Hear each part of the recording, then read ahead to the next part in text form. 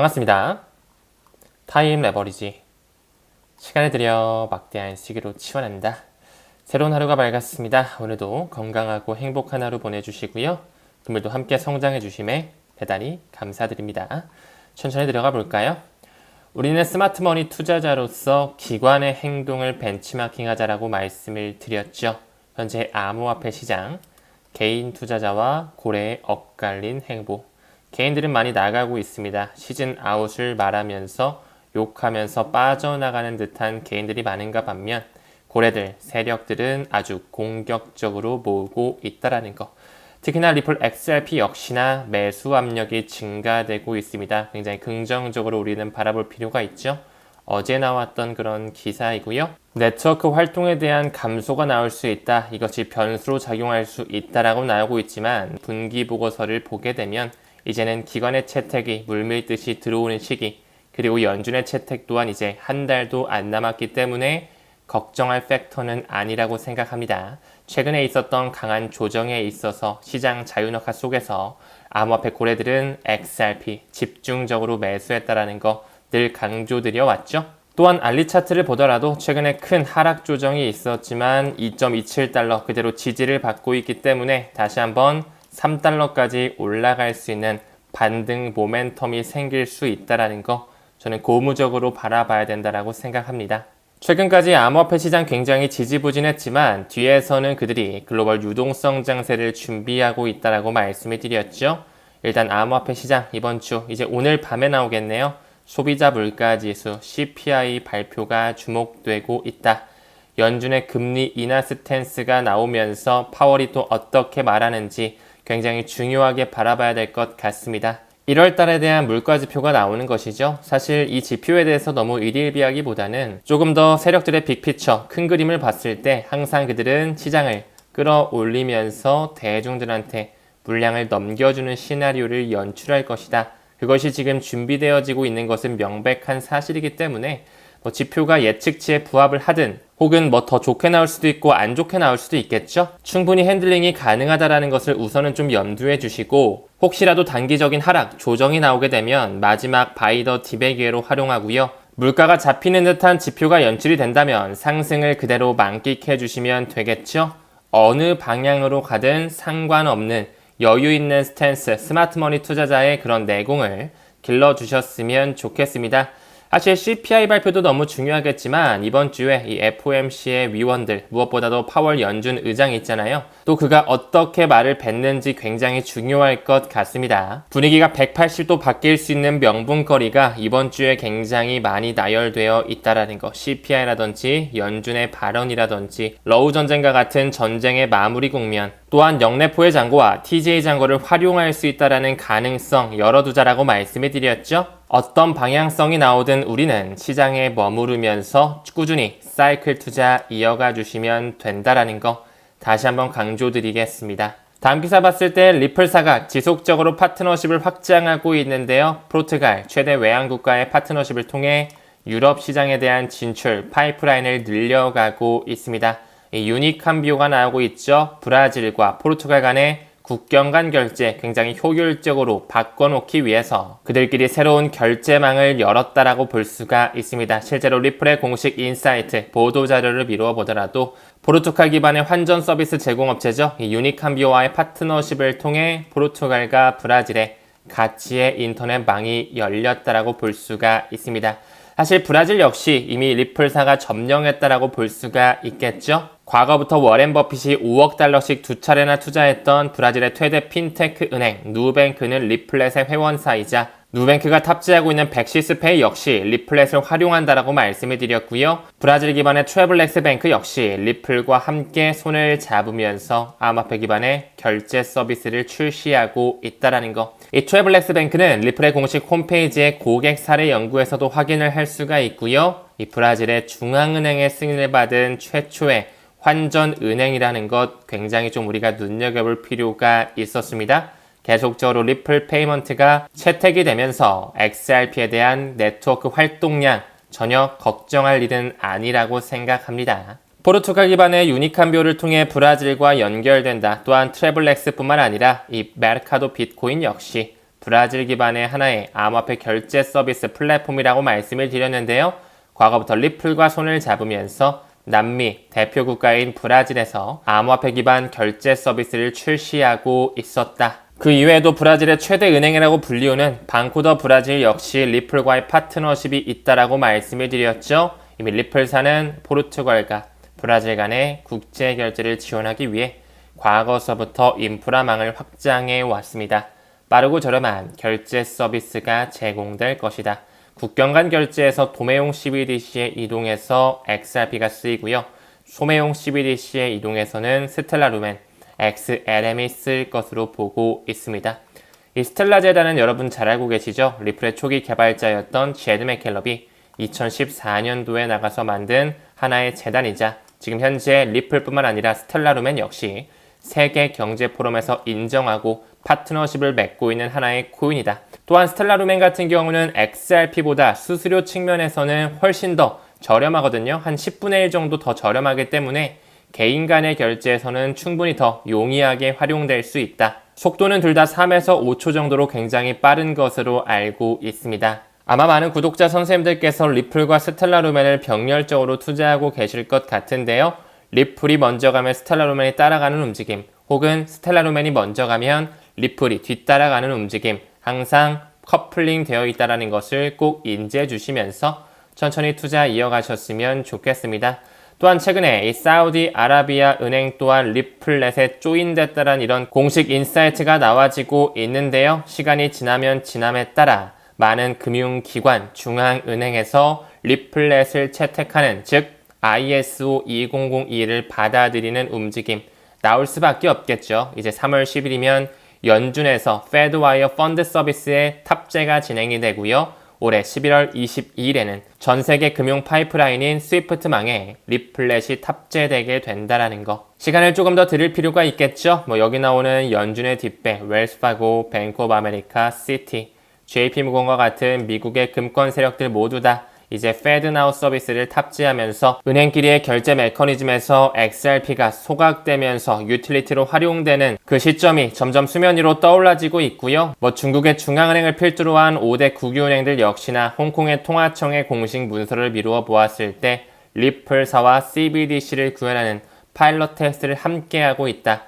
영국을 기반으로 한 HSBC, 바클레이스 모두 다 디지털 커런시 그룹의 산하에 있으면서 HSBC의 공식 문서를 봤을 때 XRP 레저의 생태계, 리얼타임 크로스 세틀먼트, 실시간 총액 결제 시스템의 게임 체인저로 언급한 바 있었고요.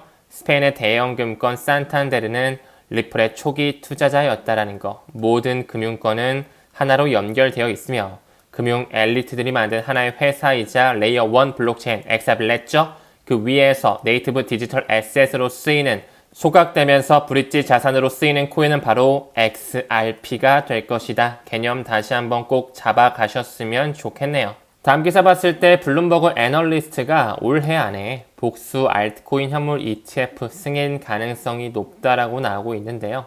아직까지도 시즌아웃을 말씀하시는 분들이 계신 것 같더라고요. 알트 시즌이 안 올 것이다. 경제가 어렵다. 물가가 너무 높다. 관세 때문에 CPI 지수도 잘 안 나올 것이며 전쟁 또한 아직까지 끝나지 않았다. 부정적으로 보면 한도 끝도 없겠지만 우리는 그 기득권 세력들이 뒤에서는 어떻게 움직이고 있는지를 알고 있었죠. 또한 암호화폐와 연관된 회사들, 어제 방송에서도 언급들이 서클사, 크라켄, 제미나이 거래소 등등 많은 암호화폐 기관들이 IPO를 준비하고 있고 ETF까지 많은 알트코인들이 승인을 앞두고 있다라는 거. 그들은 절대로 하락 시장에서는 이런 움직임을 보여주지 않습니다. 지금 엄청나게 많은 알트코인 ETF들이 준비되어지고 있고요.